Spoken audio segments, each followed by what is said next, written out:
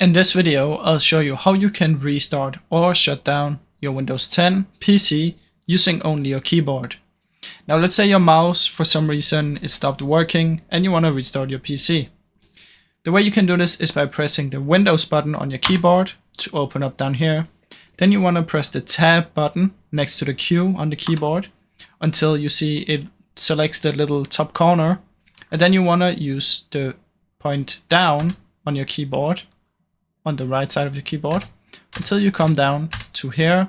You want to press enter and then you can select restart, shut down, and then press enter again. Now when you do that, it's gonna shut down or restart just like when you're using the mouse, and then hopefully when it turns back up, your mouse will work again. Now that's basically how you can do it, guys. It's super simple and super easy, so I really hope you enjoyed this video. If you did, please leave a like and subscribe as it helps me out a ton. Thank you so much for watching.